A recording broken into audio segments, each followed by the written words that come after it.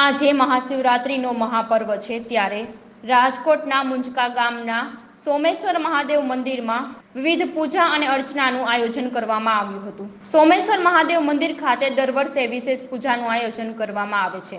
ત્રિશાંતિ લઘુરુદ્ર, હોમાત્મક યજ્ઞ, એકાદશ દ્રવ્યો દ્વારા રુદ્રાભિષેક, મહાઆરતી સહિત વિવિધ પૂજાનું આયોજન કરવામાં આવે છે। 200થી વધુ શિવ ભક્તોએ ત્રિશાંતિ લઘુરુદ્ર હોમાત્મક યજ્ઞમાં ભાગ લીધો હતો।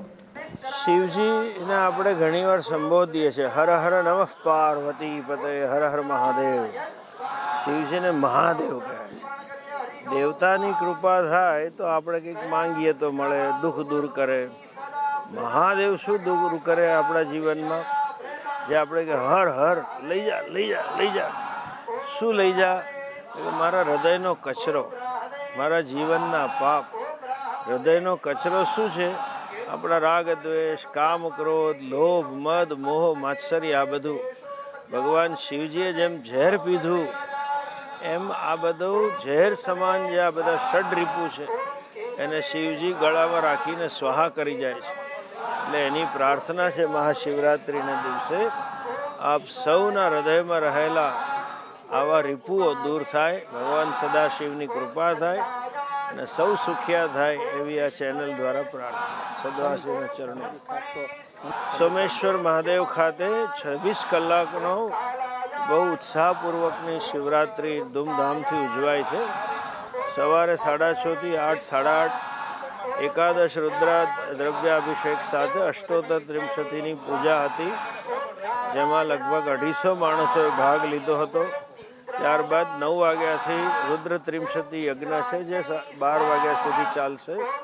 એમાં 257 જેટલા સાધકો યજ્ઞ કરવા બેઠા છે, જેનો ઘોષ તમે સાંભળો છો।